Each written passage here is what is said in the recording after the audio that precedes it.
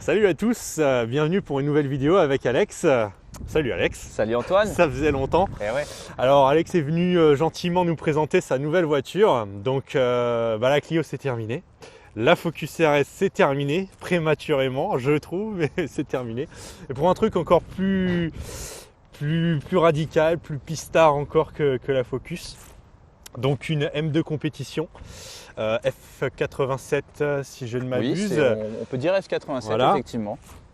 C'est un monstre de 410 chevaux qui a le même moteur que la BMW M4. C'est un 6 cylindres 3 litres biturbo. Alors en termes de couple, je t'avoue que je ne connais pas la valeur du couple, toi tu dois la connaître. En couple tu es à 550 Nm. C'est sur une boîte DKG, donc exactement, 7 rapports. À 7 rapports, très bien. Ça fait 2 mois, 3 mois que tu l'as maintenant? Ouais, approximativement ces temps-là, effectivement. Donc M2 compétition, comme tu l'as très bien précisé, de 2020, septembre 2020. Donc on est vraiment sur les dernières produites. Origine France, dans un noir saphir Schwarz.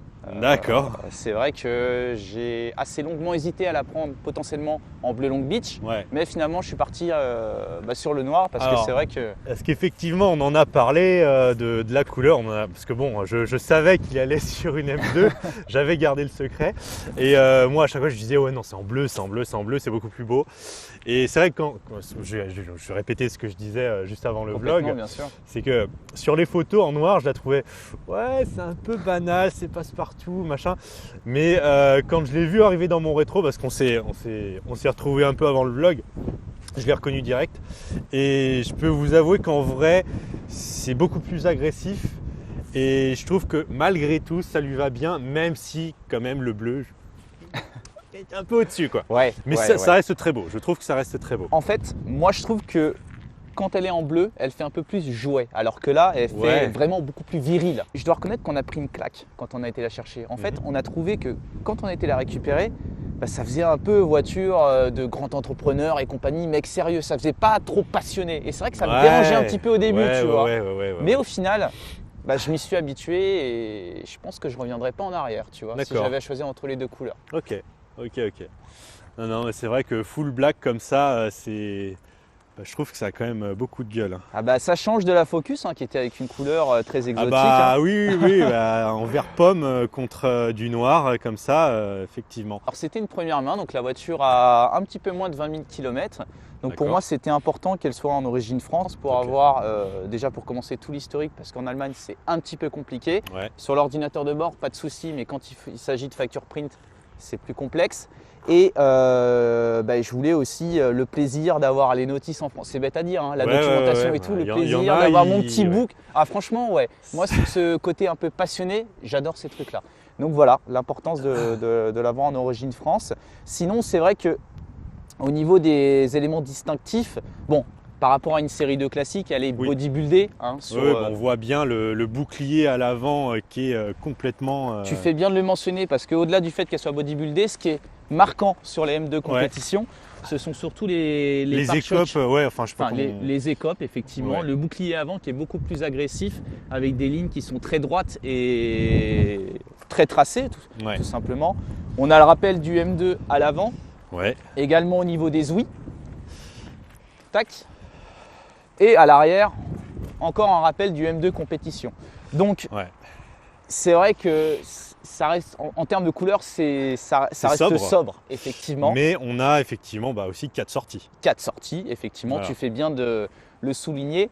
Et le plus important, ce qui m'a d'ailleurs particulièrement fait basculer sur le modèle compétition, les freins M Sport, qui sont en 6 pistons à l'avant. 6 pistons, Et sur des disques perforés en 400 mm. Ça commence à être du lourd. Mine de rien, on a du 380 mm en 4 pistons. D'accord. Donc percé également. Ok. Donc voilà, il y a ça. Et Mais sur la montre de pneus, du coup, on est sur. alors devant, tu es sur du 2,45. Ouais. À l'arrière, c'est du 2,65. 2,65, Et on est ok, sur du 19 pouces Ok, en PSS. d'accord. Et Michelin puis, PSS. Ok. ouais. Et puis, bon là, je suis un petit peu en train d'expliquer pourquoi je suis parti sur le modèle compétition, parce que bon, c'est quand même quelques K euros en plus, hein. Ah bah Mais- oui, par rapport à une M2, c'est au moins 10 000, ouais. Oui, Enfin, à peu oui, près, hein, tu c'est peux en moyenne monter 10 000. encore un petit peu. Ouais. Mais voilà, il y a plusieurs choses. Donc le Oui. moteur, mais on y viendra peut-être tout On y à l'heure, je viendra te après, ouais, propose. quand on ouvrira la baie, ouais. Exactement. Mais c'est surtout au niveau des freins. Moi, je voulais, parce que voilà, on sait que BMW a la Bah, réputation voilà. de mal freiner. Ouais, tout et à fait. comme je sais que je Ça vais en avoir freine une pas utilisation piste, effectivement, je voulais vraiment upgrader les freins. Donc Ouais. je pense que ça restera d'origine. Mais voilà, en mettant des plaquettes adaptées, le liquide, toutes ces choses, enfin, le classique de la voiture pistard, j'ai envie Ouais. de dire. Donc voilà, c'était les freins. Mais pas que, il y avait aussi les jantes 788M, parce que tu as deux styles de Oui, jantes sur oui, les celle-là, M de c'est celle compétition. optionnelle, il me semble. Oui, elles sont en option, parce que si tu les prends pas en option, tu as les jantes que tu as sur les M2 classiques Oui, qui sont c'est ça, déclinées ouais. sur les M4. Exact. Donc ça, c'était vraiment un point Ça, c'est important. une différence avec les M2, donc. Hein. Oui, Voilà. ça fait partie des différences, effectivement. Donc ça, c'était important d'avoir ces jantes 788M, donc avec beaucoup de bâtons, oui, mais bon, un style qui lui va super bien et je sais pas, c'est le genre de jante qui va bien au BMW. je trouve, Ouais, hein. non, tout à fait, non. Ouais, Je dirais même que ça rappelle un peu la 1M, Oui. ces jantes-là, je trouve. Hein. Bah, tu sais, pour moi, la M2 ou M2 compétition, c'est la suite logique Ouais, de c'est la la suite RM, logique. sur les lignes et Absolument. compagnie, le côté bodybuildé. Ouais. C'est juste avec des feux modernisés, tout ça, c'est à peu Ouais. près la même taille aussi. Hein. Chose importante, les sièges Les baquets. sièges, absolument. Parce que dans les M2 classiques, on retrouve des sièges de série 2, donc c'est Exactement, de M235 si je ne m'abuse. triste. Ouais. Et c'est- M235i. Moi, je et trouve ça moyen, mais bon, je dirais même peut-être série 2 classique aussi, à vérifier. à vérifier. Ouais, à vérifier. Donc c'est vrai que voilà, donc sur les M2 compétition, on a des sièges baquets. Donc en cuir Dakota, on avait la possibilité de choisir soit du bleu au niveau des surpiqûres ou du orange. Je trouve que le bleu lui va mieux. Parce que c'est vrai que le orange, ça rappelle un peu l'esprit AM, tu vois, je Ouais. trouve. Oui, Et oui, puis, absolument. Oui. j'aurais pris le cuir Dakota. Bah non, ce que j'allais dire une bêtise. J'aurais pris le cuir Dakota avec les surpiqûres orange si j'étais parti sur les compteurs qui ne sont pas digitaux. Mais les compteurs qui ne sont pas digitaux, c'est que sur les M2. Donc, Exact. C'est le phase 1. Voilà. M2 phase 1. exact. Bah, les ils dans sont les quand même M2 beaucoup- compétition. Ils sont quand même beaucoup plus beaux. Ouais. Et d'autant Voilà. plus que la nuit, ce qui est super sympa, c'est que c'est rétro-éclairé. Oui, le logo est éclairé. Ça, c'est un petit gadget. Bon, c'est un peu. C'est un gadget, hein, comme on dit, Ouais, parce que ouais, une ouais. fois que tu es assis, tu le vois pas, quoi. Ouais, c'est clair, c'est clair. Mais c'est un détail sympa. Bah, tu vois, Euh, la nuit, enfin le soir, quand tu déverrouilles ta caisse et Oui, c'est rigolo de voir le. ça Ah fait ouais, classe. franchement, je c'est trouve joli. ça, je hein, trouve c'est ça joli, sympa. C'est Tu vois. joli. Bon, après, c'est le confort allemand, Ouais. hein, de toute façon. Après, bon, on est sur une finition. C'est comme pour la M2. Mais alors, du coup, j'ai eu une question. Parce qu'en fait, voilà, ce qu'on a ici, là, Ouais. c'est du carbone. Oui, Ouais. on peut dire ça Parce comme que ça. j'ai- Ou une imitation carbone. Je ne sais pas Ah, si je- c'en est du réel. Ah, mais alors, du coup, t'es pas sûr non plus. Non, je suis pas sûr non plus parce Parce que que- j'ai déjà posé la question, on n'a pas su me répondre. Mais c'est dingue, ça. C'est dingue. Je trouve que ça ressemble plutôt à de l'imitation carbone. Bah, c'est l'impression que ça me donnait. C'est pour ça que j'ai posé la question. Et alors, si quelqu'un a la réponse, est-ce que c'est de la fibre de carbone? On veut bien le savoir parce que moi, ça fait très longtemps que je cherche et je ne trouve pas la réponse. Ça m'énerve. Ouais, ça nous aidera. Et, Voilà. Et Mais puis, sinon, ouais, une finition, nickel. Hein. Ouais. C'est propre, c'est sportif. On a les petites surpiqûres sur le volant, là, aux couleurs de M. ouais. Il y a quand même le rappel du badge M. Il y a le petit rappel du badge M. Voilà. Après, Très joli. Puis après, bon, c'est vrai que ça reste plutôt sobre. Hein. Ouais. C'est allemand. Hein. ouais, Voilà, complètement. on reste dans un truc luxueux, classe. Si, petit détail, tu as le bouton Start and Stop en rouge. Voilà, c'est bon, tu l'as eu. Ouais. Spécifique au M2 compétition. Et les compteurs digitaux qu'on ne retrouve que sur les compétitions. Donc, qui ont été déclinés sur les M2 classiques à partir Ouais. de 2018. D'accord. Ce que tu mentionnais Oui, tout à l'heure. exact, les LCI, donc M2 LCI. Voilà, et ça lui donne quand même un sacré coup de jeune, je trouve, Ouais. parce que pour moi, enfin, les compteurs qui sont orange, ils rappellent vraiment même les 46 la nuit où tu as un environnement orange. Ouais. Bon, certes, qui est agréable pour l'œil parce que je trouve ça reposant personnellement, parce que j'ai essayé une M2 classique quand même, je voulais avoir C'est d'ailleurs ça qui m'a fait passer automatiquement sur M2 post 2018, enfin 2018 ou 2018 ou M2 compétition. Ah, okay. J'ai dit non, c'était pas possible, franchement. La voiture visuellement, ça a mal vieilli, on va dire. Oui, on est en 2023, la M2 est sortie en 2016. Ouais. Visuellement, même les M2 de 2016, les premières phases, je trouve que ça n'a pas pris une ride encore. Hein. Ah non, mais je parle pas du design extérieur, je parle des compteurs. Hein. Ouais, mais c'est pour ça en fait. Je te dis, ce que je veux dire, c'est que ça me dérangeait en fait d'avoir une voiture extérieurement qui était encore complètement dans le coup et un intérieur, je vais pas dire dépassé, mais l'orange prédominait trop en fait dans l'ambiance. Bien sûr. Tu vois, c'est les anciennes, enfin anciennes, pas si anciennes que ça, il y a 10 ans, il y avait beaucoup de orange sur fond noir et c'est pas très joli. Ouais. Ça a pas très bien vieilli. D'accord. Ce que je te propose, c'est qu'on fasse écouter la sonorité, l'échappement. Ouais, pourquoi pas. Chauffer, on va la faire chauffer un petit peu. Et puis après, on ira faire un petit tour. Voilà. Puis chose qu'on n'a pas précisé, on a également un toit ouvrant. Ah, on a également, alors donc optionnel, je suppose. Ouais, donc optionnel. Petit toit ouvrant. Donc pourquoi? Tout simplement parce que ça rajoute du poids, ça. Ça rajoute du poids, effectivement. Mais pourquoi? Ça fait des années que je me disais, un jour, il faut que je prenne une voiture avec toit ouvrant. Et ce que je reproche aux voitures allemandes de manière générale, sur ces années-là, parce que de plus en plus, on a des touches de couleurs, notamment sur la nouvelle M2 où on peut paramétrer l'intérieur et on a 4-5 options qui sont très très sympas, où on donne de la couleur enfin au M2, parce que là c'est vrai que niveau choix, si, tu as des surpiqûres de couleurs à choisir. Ouais, c'est sympa ça. Voilà, ouais. Bon ouais. Enfin bleu-orange, hein, t'enflamme pas. Ouais, d'accord. Mais je me suis dit en fait que ça allait apporter en fait beaucoup plus de lumière dans l'habitacle. Parce que c'est sombre. Oui, c'est un peu austère. Ouais. C'est un peu sombre. Après, mais bon, il y en a quand même bien. Et effectivement, un peu plus de luminosité. Sortant d'une Focus avec un intérieur vert pomme comme la carrosserie, j'avais besoin, de compenser. Je me suis dit, ça va être l'opportunité surtout de tester ce que je voulais initialement, tester le toit. Qu'elle se réchauffe, on va dire. Donc là, elle est froide.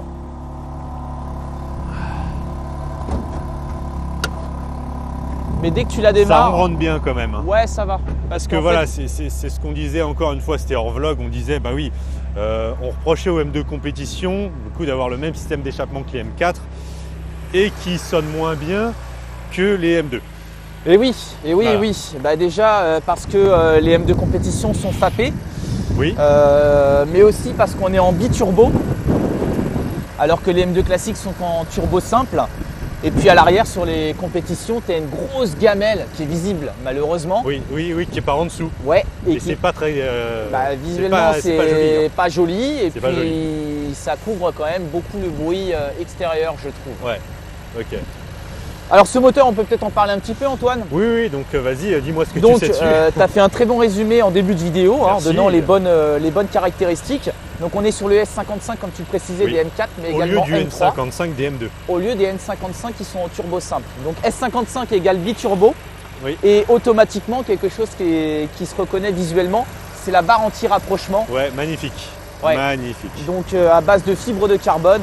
Là pour le coup, là c'est du vrai. Hein. Ouais, là par contre on est sur du vrai. Là il n'y a pas de doute. Hein. Et qui pèse seulement 1,5 kg et qui va permettre de rigidifier le châssis. Le train avant. Le train avant, ouais. Sinon après voilà, c'est le moteur S55. Il est connu pour être très performant. Ouais, et puis il monte vraiment haut dans les tours. Ouais. Enfin, tu le verras, ça n'en finit plus quand tu tires les c'est rapports. au-delà de 7000. Ouais, non mais complètement. Oh oui, tu peux y aller. Et puis les max, c'est limité à 250 ou 280. Est-ce que je sais qu'il y a une option? Exactement. Donc celle-là, la mienne ne l'a pas. Elle brille à 250, mais il y a une option effectivement pour atteindre les 280 km/h. D'accord. Est-ce qu'il y avait d'autres modèles sur lesquels tu as hésité, hormis donc cette M2 compétition? Ouais, alors en fait, en passant de la Focus à la M2 compétition, j'avais plusieurs modèles en tête, à commencer par l'Alpine A110. Mais très différent. Complètement différent. C'est le light, honnêtement, et Made in France. C'est une Made in France. Bon, après c'est un litre 8 4 qui m'a tiré. Mais c'est ce que tu viens de mentionner qui me posait problème. J'aime bien avoir en fait une évolution logique dans mes voitures. Donc Clio 4 RS 4 cylindres, Focus RS MK2 5 cylindres, c'était logique de passer sur du 6 cylindres. Ouais. Mais le critère numéro 1 avant tout ça, c'était Propu, obligatoire. Donc il y avait l'Alpine A110 qui me faisait de l'œil. J'avais quand même dans le coin de l'œil aussi, même si je ne respectais pas mon critère numéro 1, la Mégane 4 RS Trophy R qui est en traction. Oui. Mais ça, c'est mon amour pour Renault Sport que j'ai eu et que j'aurai, je pense, toujours. Clio 4 RS que j'ai gardé plus de 6 ans.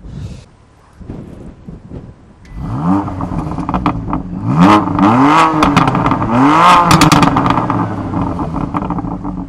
ouais. Ah ouais. Ouais, c'est pas mal hein, quand même. C'est correct. C'est pas mal. Bah, je te l'avais dit que c'était correct. Oui, c'est plus rauque que la M2. J'ai l'impression que la M2 qui est un peu plus aiguë dans les aigus. Ouais. Mais ça reste. Bah, tu l'entends, hein, que c'est pas un 4 cylindres. Bon, on va faire un tour. Allez. Allez. J'ai eu quelques années. Là, c'est vrai qu'on est confort. On est un peu bas, mais on est confort. Ouais. Enfin, on est un peu bas. C'est pas un reproche, hein, attention. Je dis on est un peu bas. C'est juste pour être factuel. Hein. Non, mais on est bas, mais la voiture, visuellement, quand tu la regardes, on dirait pas qu'elle est basse parce que là, on est. Encore une fois, je le redis, on est full origine.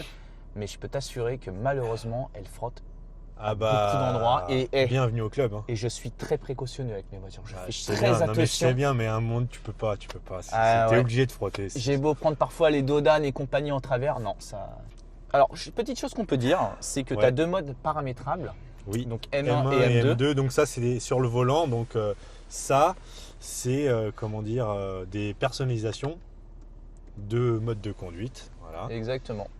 Sur lesquels, en fait, tu peux paramétrer. Moi, je te montre par exemple mon mode donc, M1. Le volant Alors, le SP, déjà pour commencer, ouais. qui en M1 comme en M2 est présent.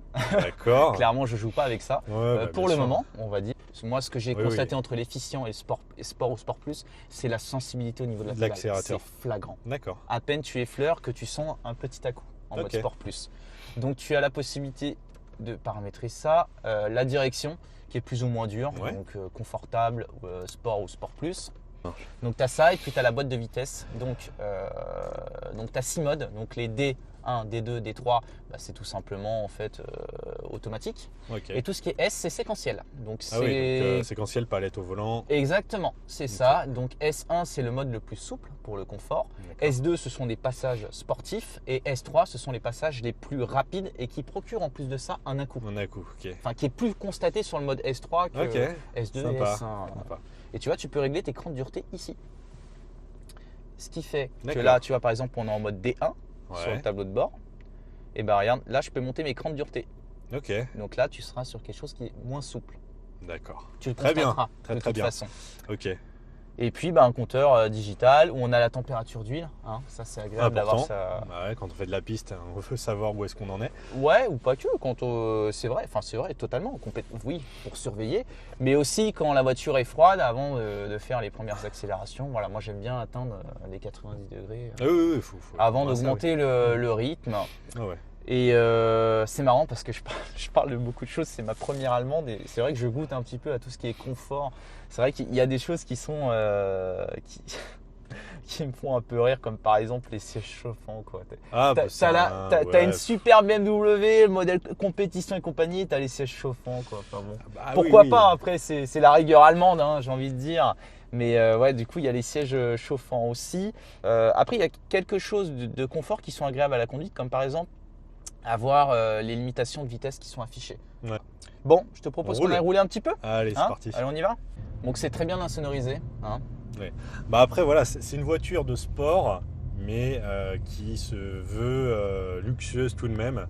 Parce que c'est une allemande et en face, tu as les Audi TT, tu as les A45 AMG, même si c'est pas un coupé. On est dans le luxe et la performance à la fois. C'est vrai. Parce que la voiture est lourde, on peut en parler. Elle fait un peu plus d'une tonne 6. Oui, absolument. Oui, c'est vrai que ça aussi, c'était un reproche qu'on lui avait fait, c'est que elle est plus lourde que la M2 tout court. De quelques kilos, hein, c'est pas grand-chose, mais bon, c'est vrai que... Mais après, quand on voit les chronos, le surpoids ne se ressent absolument pas, de toute façon. Franchement, c'est souple, c'est confortable. Hein. Ouais. Tu peux faire de la route, tu sens que sur la Focus, c'était pas pareil, tu vois. C'était beaucoup plus brut. Ouais. Je suis quelqu'un qui conduit des voitures fermes, comme la Focus RS. Et donc, ça me choque absolument pas, quoi. Après, certains trouveront ça peut-être un peu trop ferme, mais bon, quand on veut une sportive, faut s'attendre à ce qu'il y ait un peu de fermeté, c'est normal. Bon, ce que je te propose, c'est qu'on mette le mode M1, donc le mode le plus T'as vu ? Est-ce que tu as senti le petit... J'ai entendu. Alors ça, c'est ce que je précisais. J'ai entendu. Au-delà d'avoir entendu, c'est surtout que quand je suis passé du mode drive normal au mode M1, qui est mon mode personnalisé le plus radical, j'ai aussi un mode tranquille, le M2, passons. J'ai maintenu la même pression sur la pédale. Est-ce que tu as senti le petit à-coup ? Oui. Ouais, j'ai senti, la sensibilité pédale est accrue vraiment quand on la paramètre en Sport Plus. Donc écoute, je peux peut-être te montrer un petit peu ce que ça donne. Donc là tu vois on est en 5 et ce qui est bien aussi c'est que peu importe le rapport engagé, on a du couple tout le temps. Ah ouais, c'est un moteur plein partout. Tout le temps. Et bon, faut faire gaffe quand tu mets les gaz parce que ça a tendance à vite danser, mais tu vois une remise en forme, par exemple, il faut y aller progressivement. C'est pas tout à fait sec. Oh putain, ok. Et tu vois, j'étais même pas à fond et j'ai essayé d'y aller vraiment progressivement avec une première poussée plus gentille et après un peu plus de rythme.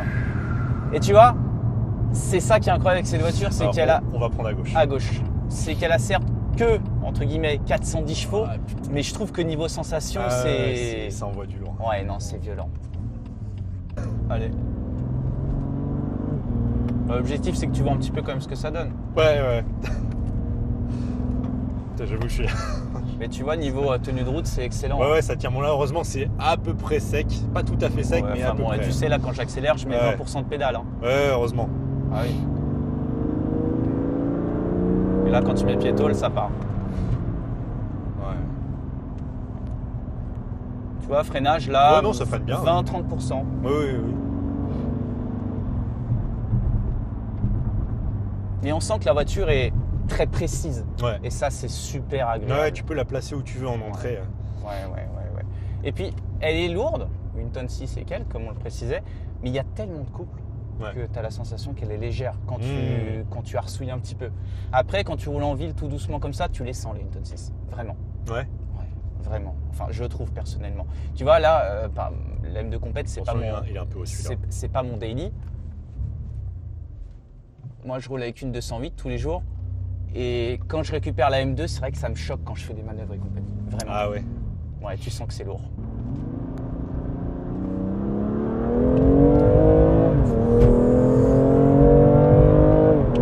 Oh la vache. Alors? Ah, ça avance à mort.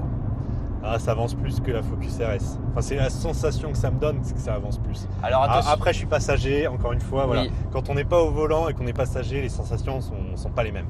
Voilà, elles sont décuplées en passager. Que 410 chevaux, mais les sensations Ah procurées, ouais, tu as l'impression qu'il y en a 500. Ouais, Je trouve personnellement. Alors, ça me rappelle, tu vois, alors, parmi les essais que j'ai faits, ça me rappelle le plus la Corvette. Ouais. Ah ouais. Intéressant. Ça me rappelle le plus C7. la Corvette. En termes de, la C7, en termes de poussée, ça me rappelle ça.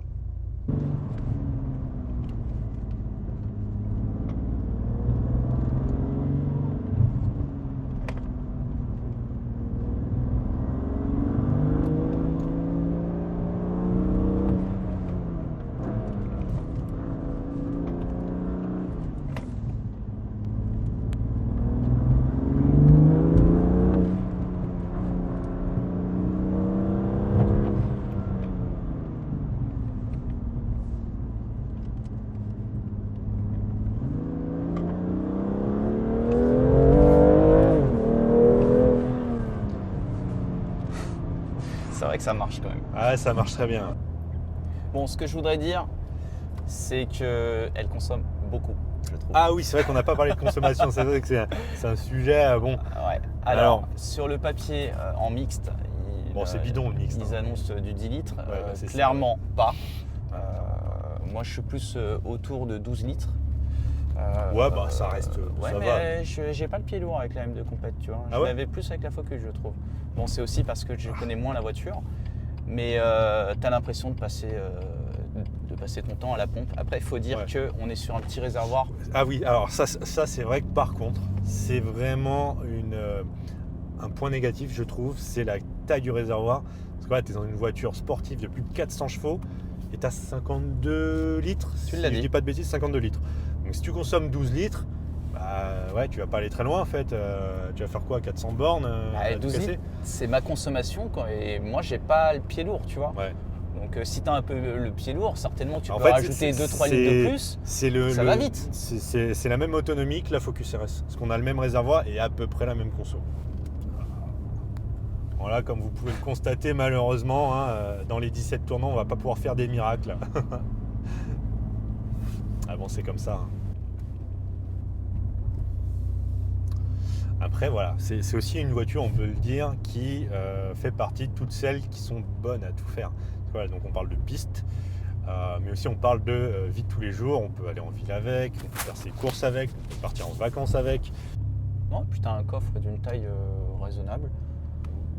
Ouais, c'est quoi, 300 litres? Alors, j'ai pas le volume en tête, okay, c'est pas grave, je regarde. Mais tu le mettras. Mais moi, je trouve ça correct. Et puis, au niveau de l'habitabilité, pareil, on a de la place. Hein, oui, puis même à l'arrière, je dirais que bon, si t'es pas trop grand, parce que ouais, peut-être ceux qui mesurent plus d'1m80, peut-être qu'ils vont se sentir un peu que c'est bas de plafond. Ouais, bon, je m'y suis pas installé, donc je ne sais pas. Ouais.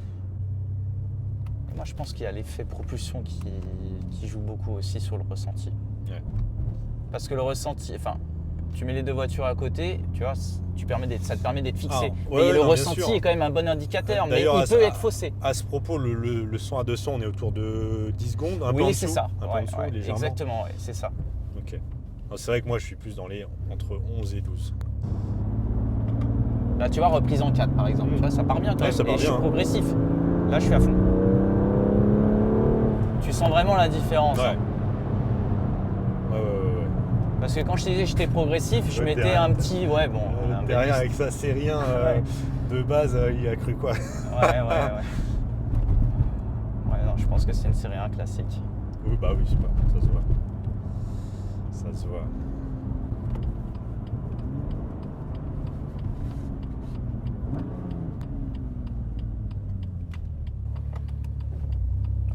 La 2, c'est un peu brutal l'enclenchement. Petit à coup. Putain de bordel de merde. Oh, putain. Un coup à gauche, un coup à droite. Oh la vache. Mais est-ce que là, quand tu accélères à fond comme ça, bon c'est un peu mouillé, machin, t'as un peu d'angle, le SP c'est déclenché ou pas? Là, oui. D'accord. Oui, bien sûr. Ouais, c'est ce que je disais tout à l'heure aussi. C'est pour ça que je me sens beaucoup plus en confiance maintenant avec la voiture. C'est que le SP, il intervient assez rapidement, même s'il te laisse un petit peu de liberté. Ah, parce que là, il te laisse quand même bien. Est-ce que ça part d'un côté? Ouais, je m'amuse un peu. Je le provoque un peu aussi sur la manière dont j'accélère. Je voulais jouer un peu. Je l'ai un peu provoqué. Non, mais c'est bien parce qu'au moins, tu vois, t'es déjà habitué à ça. Parce que là, moi, en tant que passager, je suis pas content de m'habituer à ça, Antoine. Parce que je sens qu'avec le temps, je joue de plus en plus avec elle, tu vois. Oui, forcément. Mais ouais, non, mais clairement, un truc comme ça, dans les premiers jours où je l'ai eu, ça ou fait même peur. toi, si je te passe le volant, je te dis, tu te chies dessus. Ouais, moi je oh là là. Mais tu t'habitues avec le temps, tu vois. Et je pense que quand tu es rentré dans la propu, t'en sors plus. Donc voilà. Ah ouais, non, mais c'est toutes ces choses qui font que ça reste une sacrée machine à sensation. Hein. Ouais. D'ailleurs, on peut conclure là-dessus. Hein. Voilà. C'est un sacré joujou que BMW a fait. Déjà, la M2 était un truc, quand elle est sortie, c'était un truc, il y avait une hype, ça va être là, à droite. Il y avait une hype de fou autour, que même certains osaient même dire que la M2, c'était la meilleure DM qu'ils aient faite, etc. Et donc, avec la M2 compétition, bah, ils ont carrément mis la barre encore plus haut en mettant un moteur de M4, en améliorant le châssis, etc. C'est une grosse évolution qu'ils ont fait sur les modèles compétition. C'est une sacrée évolution qu'ils ont faite, qui fait que c'est une des meilleures voitures qui existent, propulsion sportive, et qu'on peut prendre en daily. Voilà, franchement c'est une des meilleures. Après voilà, donc on disait la concurrence c'est quoi? C'est les autres allemandes, tu as la TTRS mais qui n'est pas tout à fait pareil, c'est une 4 roues motrices. Voilà, qui est très performante, il n'y a pas de souci là-dessus. Même le châssis de la TTRS est même très bon. Mais bon, c'est une 4 roues motrices quand même. Tu peux t'amuser avec, bien sûr. C'est pas très comparable. Après, tu as les A45 AMG, même les A45 AMG S. Mais c'est pas pareil non plus. Puissance Il n'y a pas vraiment de concurrence, en fait, quand on regarde. Je suis en train de réfléchir en 6 cylindres. Les concurrences, c'est la M4, en fait. C'est les M4. C'est de l'interconcurrence. C'est de l'interconcurrence, parce qu'apraprès, sinon c'est de la Porsche 911 éventuellement, mais c'est pas tout à fait pareil. Et pour avoir des 911 de plus de 400 chevaux qui rivalisent, c'est pas le même budget non plus. C'est pas les anciennes, les 997. Faudrait pour être au-dessus, il faut de la GT3. Là, le budget, c'est vrai qu'on n'en a pas parlé. Non. Si tu veux un beau modèle M2 compétition, vraiment un beau modèle avec pas trop de bornes. Ouais. Faut mettre 60 000 minimum. Un bon 60, ouais. oui, un parce bon que, voilà, 60. parce que voilà, la M2 Competition, c'est un modèle que j'ai suivi aussi sur Le Bon Coin, etc. Et parce qu'on en trouve entre 50 et 60 000 euros. Voilà, il y en a beaucoup autour de 55 000 d'ailleurs. Mais je fais que regarder, mais Alex, lui, a cherché. Et donc, ce que tu me disais, c'est qu'effectivement, il y en a beaucoup, disons, qui sont d'origine Allemagne, qui ne sont pas immatriculés en France, qui n'ont pas de suivi, qui n'ont pas des factures d'entretien, tout ça. Donc, ça refroidit un peu, en fait. En fait, quand on dit pas de suivi, alors moi, ce que j'entends pas de suivi, personnellement, c'est quand on n'a pas les factures print. Le suivi, tu peux toujours le retrouver parce que je peux partager mon expérience, que j'ai passé un mois à chercher, à échanger avec les concessions. Parce qu'en fait, dans l'entretien, dans l'ordinateur de bord, tu as les codes de concession. D'accord. Ce qui veut dire que tu peux rapprocher avec ce code de concession la concession dans laquelle l'entretien a été fait. Après, tu as la possibilité de les appeler pour leur demander voilà, s'ils ont bien fait ci, s'ils ont fait ça. Mais quand tu demandes de sortir les factures, alors moi, j'avais fait mes recherches principalement au début sur les Allemandes. Ça m'a pris 90% de mon temps. Les Allemandes envoient, dans les concessions, ils n'envoient jamais les factures. Jamais. Et étrangement, même les particuliers qui étaient en Allemagne, comme ils donnaient jamais, il n'y avait jamais de facture. Jamais. Ouais. Donc oui, c'est vrai que si on veut un modèle vraiment propre, il faut mettre un bon 60K si on veut du suivi. Ouais, si on veut une française bien suivie, c'est compliqué. Ouais, non, c'est compliqué, ouais, effectivement. Donc moi, j'en ai pendant un mois, je passais, je sais pas, en moyenne peut-être 2 heures par jour à chercher. Ouais, non, c'était très long. J'en avais sélectionné au total une dizaine, donc une très grande majorité d'Allemagne. J'en ai pas trouvé une seule avec des factures print, tout ça. Aucune. Ouais, effectivement. Aucune. Et au total, il y en a 3 vraiment qui m'ont vraiment très intéressé. Même voilà, s'il y en avait 2 qui n'avaient pas les factures, parce qu'il y a même un moment, j'étais presque résigné. Hein. Honnêtement, j'étais presque résigné. Ouais, je comprends. Mais j'ai voulu aller au bout des choses et sur les 3 que j'avais sélectionnés, il y en avait une qui avait tout, c'était celle-là. Ok, top. En tout cas, l'important c'est que tu en sois content. Complètement. Et je te remercie d'avoir fait le déplacement parce que tu viens de très loin, là, pour le coup, avec les bouchons. On est en jour de grève, hein, là on est vendredi 10 mars 2023. Donc c'est pas une journée facile pour ceux qui se déplacent en Ile-de-France. Donc merci à toi d'être venu. Un plaisir, Antoine. En tout cas, ça me fait super plaisir, c'est une super caisse. J'espère que la vidéo vous aura plu. Et puis je vous dis à la prochaine. Allez, ciao. Allez, salut tout le monde.